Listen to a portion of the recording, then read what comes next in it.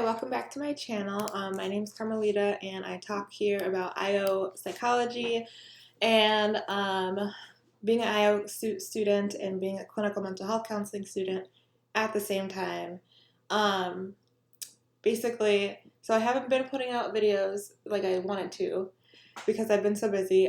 So with my job, I got promoted recently from the case manager position to a director position.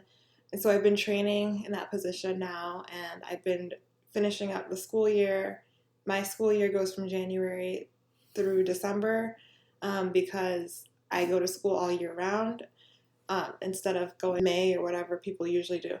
Um, yeah, mine are just regular calendar years. So at the end of this year, I will be entering my third year and almost done. So I've been getting ready for practicum for my clinical program and internship. I started those in January, so it's just been very busy for me. I also started a new job aside from the promotion where I'm doing mental health screenings.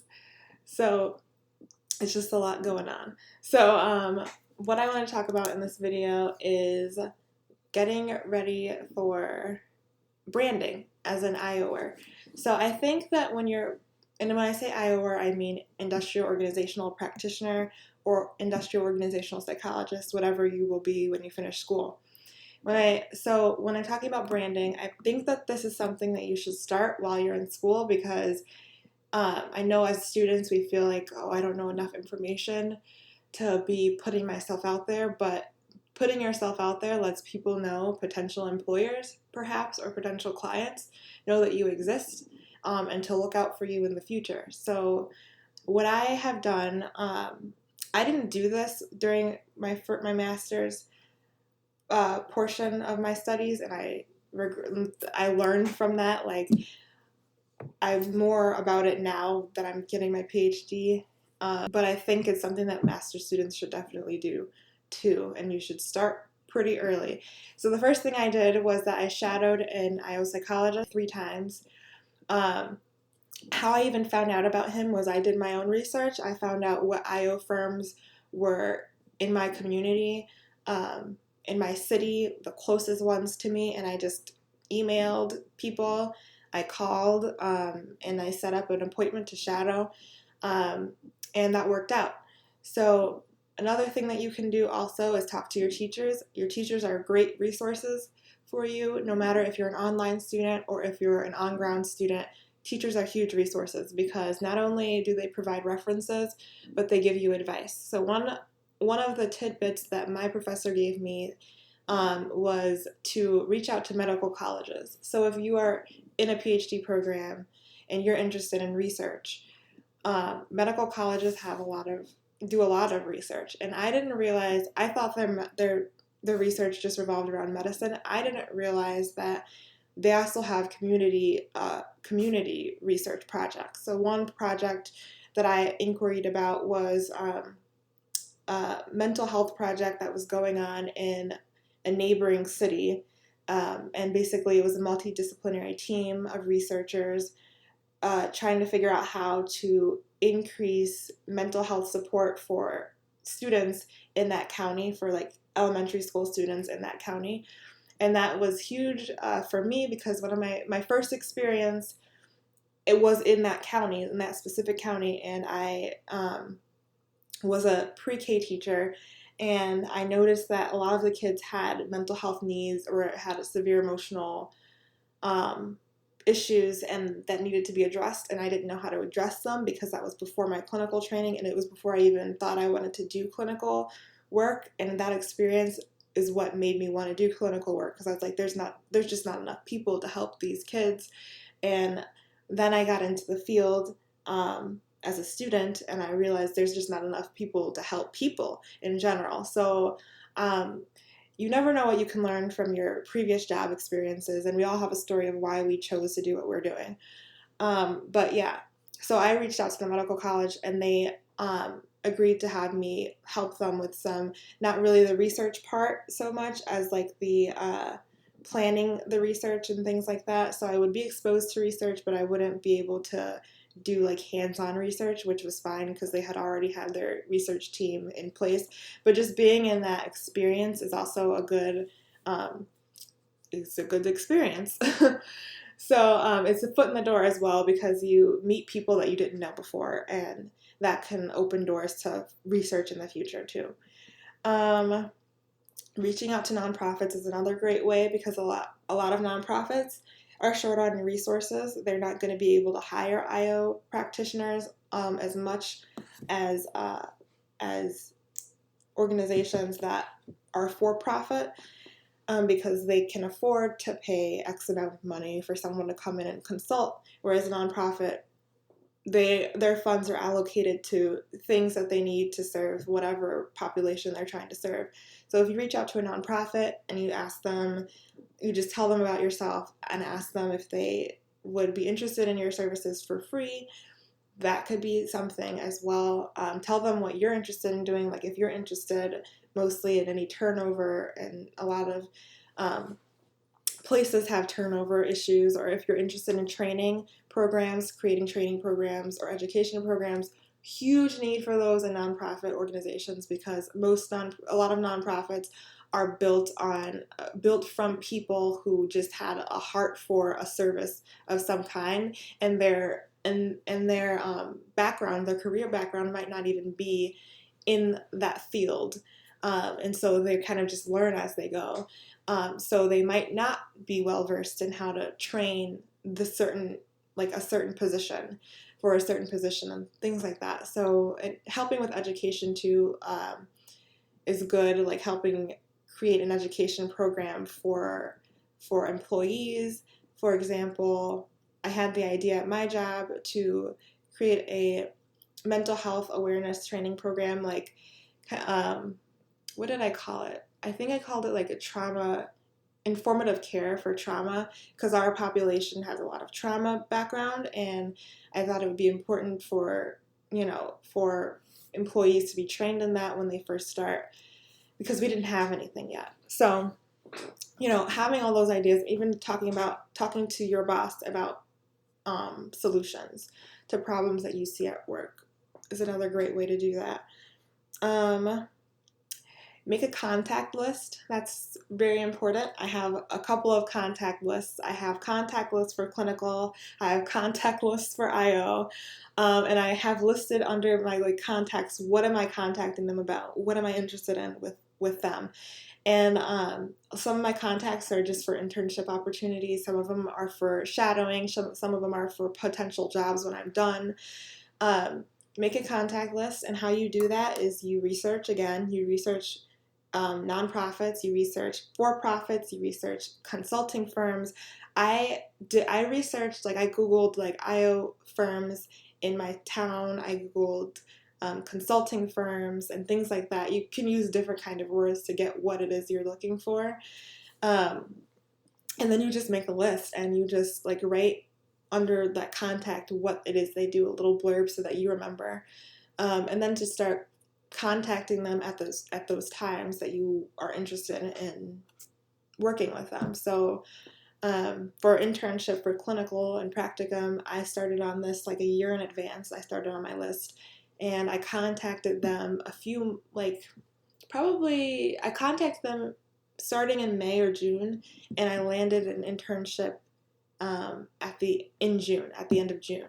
So it doesn't usually happen that fast, which is why I started so early. But it happened pretty fast for me. But that is not everybody's story. So that's why I say start early. Especially if you have a practicum or internship that you need to complete for school, that's super important to make sure you have that down, and scheduled before the deadline. But if it's just something that you're doing outside of school just for more experience, to grow your resume, or to learn more, then there's not really a huge, immediacy. But you should still have in mind when you want to do it, because if you're a working student like I am, you know what your schedule is like, and you know when in the year is going to be a good time for you to start a practicum or an internship. Versus maybe a job shadow, which is probably going to be maybe a once or twice or 3 times or however many times you need to job shadow someone. So just keeping that in mind as well. Also, your contacts, you don't have to meet them. You can even just email them if you don't have time to sit down and talk to somebody, which I do recommend that you do make time to sit down and talk to somebody. But you can just email them, asking them if you can do like an email interview, asking them questions about the job, what it's like, and things like that, or a Skype meeting and stuff like that. Once you make those initial contacts, once you job shadow, once you do your practicum, once you do your internships, you want to keep in touch with them. And I was always told this in undergrad, and I was like, okay, great, keep in touch with them, but are you going to tell me how to keep in touch with them? Like, give me more information. And so you keep in touch with them by basically contacting them once or twice a year. And it doesn't have to be like a whole huge deal. You can just I usually just email or connect on LinkedIn, message people on LinkedIn and let them know how you're doing.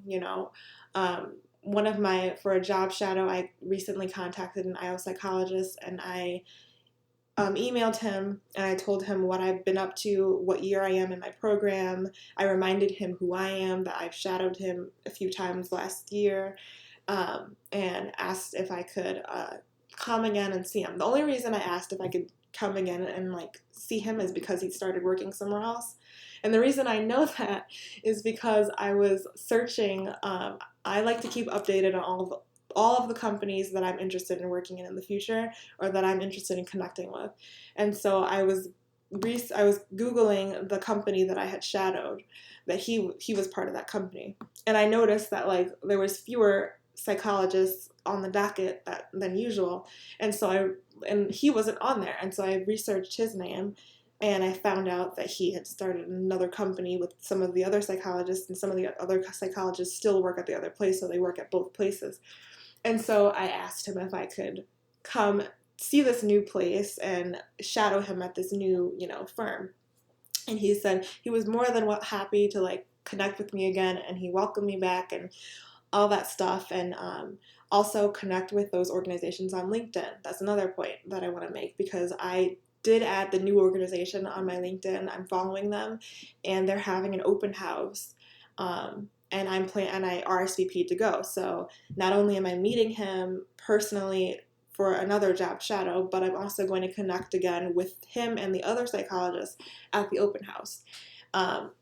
This is just a way to, you never know. It could be that I end up working there. It could be that I end up connecting with them in some other kind of way. Maybe we do a research project together years later, or maybe something else. I know they're all into research and they're all into practice, so you never know, especially in IO, because it's such a growing field. It's so new that like there's so much overlap with professionals. A lot of them end up working together when you work in the same city, so you just never know. So it's good to keep those contacts, because you never know what those contacts will lead to. The worst that could happen is it leads to nothing, but you've learned something. You've learned from them, and that's a great thing. So another thing you want to do is in your emails, not only do you want to remind them of who you are and that you're in school, and that how they know you, but you also want to touch base about any transitions that you're going through and transitions that you've noticed. So if you stay informed on what the organization is doing, that's going to look good for you, because it shows that it wasn't just a one-stop shop for you. You're actually keeping up to date with what the organization's doing, any transitions they're having. Like I said, I told him I noticed that you work somewhere else now, and I was interested in blah blah blah blah blah. So that's another good example, and I think especially in IO, because a lot of people in IO end up working for themselves as consultants, or they end up working for a firm as consultants. And as a consultant, it's kind of unless you're an internal consultant. If you're an external consultant, it's kind of like having your own business, and so those people like to network a lot. If you're an internal consultant, it's still good to make those contacts, because you might need them in the future for something. You might specialize in a certain aspect of IO, and you might connect with somebody who specializes in a different aspect, and you might run across something at your company that you need solved and you just don't know how to tackle it. That's a great resource for you right there, is to be able to contact that person and be like, hey, I know that you're into human factors, and that you research human factors and you work in human factors, and we're having a human factors problem. And then you can explain the problem and they can help you with that. So it's always good to network, no matter if you're internal or external. Another thing is to go to conferences. You don't only have to go to SIOP. I know everybody always says, go to SIOP, go to SIOP. But there are local IO conferences too. And I know that SIOP cites like local organizations or local chapters of SIOP, and you can go to those too, and they're cheaper and you don't have to travel. Update your resume. Always keep it up to date. People usually like to update it when they're looking for a job, and I just never understood that, because it's like you should just update it as you start new jobs, new projects, and things like that, and new experiences, because it's just going to be that much easier for you to easily apply for a job. And if you have a virtual resume, which I know a lot of people are doing that now, it keeps other people updated on what you're doing as well. So it's easy to just hand your business card with the link to your virtual resume when it's already updated. You don't have to worry about it. Like, I've already updated it. And I don't think updating your resume as you go about your career takes a long time. It takes longer to wait until you need a new job to update your resume. So keep it up to date as you go through your IO program and as you go through your career. Make a curriculum vitae, I think is what it's called, a CV. And I have both a resume and a CV, because depending on where I'm applying when I'm done, or at the end of my program, I'm going to apply early, obviously. Depending on where I'm applying, they might require one or the other. I think it's good to have both. A CV is especially good to have because it's more detailed. It goes into more detail about what you learned in school, your projects, your practicums, your internships, and the more like not theoretical, but I guess theoretical and practice, because it's talking more about both what you learned in school, that meat and potatoes, and also the practice, what you've practiced, how have you used those skills. Whereas your resume is just talking about your practical experiences. And some places are only going to be interested in that, and some places are going to want to know your qualifications, and what you learned in school, as well as your practical experience. And obviously, like, on your resume, you're going to have your qualifications anyway. You're going to have PhD, MA, whatever it is, MS, whatever it is, ID. But your CV is also, like on my CV, I have projects that I did that were huge projects, what the project was. Basically, if I did a business proposal, I write what I did the business proposal for and about, what I learned from it, things like that, as well as like my internship experiences, what I specifically did, what IO skills I used. I think a virtual resume is also more interesting than a paper resume. I don't know. I think that a lot of for-profit organizations look at these virtual resumes more than nonprofits do, but that's depending on how big the nonprofit is. If it's a big, huge nonprofit, they might look at your virtual resume too. I just think that resumes are probably more traditional, like paper resumes, and that's what people expect. So you really need to know your audience. If it's like, if you're trying to apply to some place that's like, that has like people that are more tech savvy, and people that are, like a digital media or a tech place, or somewhere that's more, not progressive. What's the word I'm looking for? I don't know, inventive maybe. Some place that's more inventive, more creative, more like out there. I think people know what I'm talking about. Then you might want to give them the business card with your virtual resume and a paper resume, just in case. But I think a lot of places would just be fine with a regular resume if you're not into the virtual resume thing. I'm still trying to think about whether or not I would want to do something like that. But it's up to you. Um, but it is more interesting, and the pro about that is you can add pictures, and you can add like examples of projects that you've done and presentations and pictures of volunteer things and all sorts of things you can add on a virtual resume that you can't really add on a regular resume. Also, you want to, if you're doing a virtual resume, you can add like testimonials, and your testimonials can come from teachers. Like I've screenshotted comments from teachers that I thought were like really good comments on projects that I worked really hard on. Um, Also references, if they do like a reference for you, having a screenshot of a reference or just quoting part of that reference could help as well. Getting testimonials from previous supervisors or previous clients from internship and practicum experiences would also look good on your resume, on your virtual resume, not your regular resume. So that's another good reason to get a virtual resume. But you can also put that on your LinkedIn, which is kind of like a virtual resume as well. So maybe you don't need a website. Maybe you can just use your LinkedIn account, and you can put your LinkedIn link on your card, on your business card, which I think every student should have a business card if you're not working, which you should be. So you should have a business card. And you can also put the link on your resume and your business card. Another idea for branding is to get creative about how you're getting your experiences.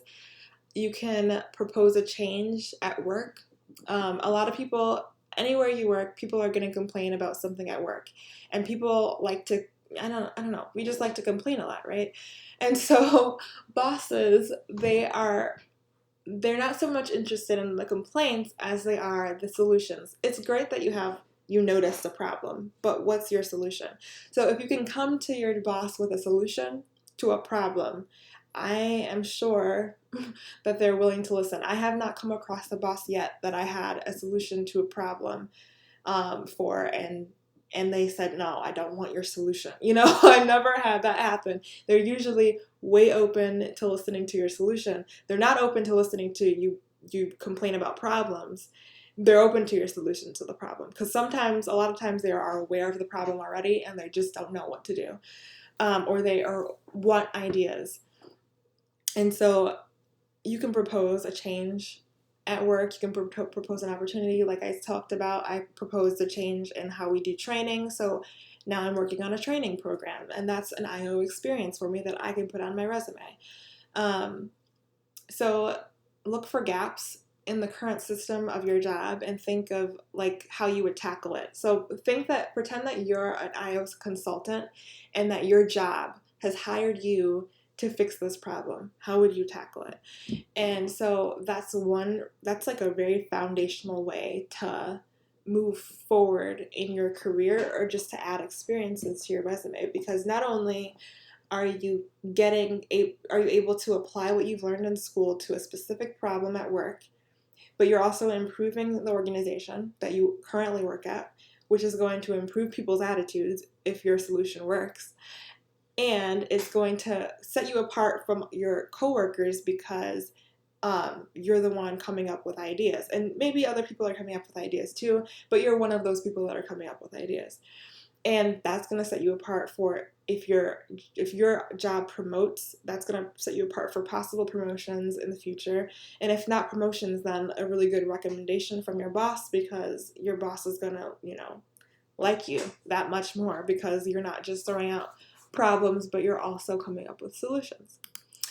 So that's my long video on ideas for how you can brand yourself as an IO practitioner or an IO psychologist while you're still a student.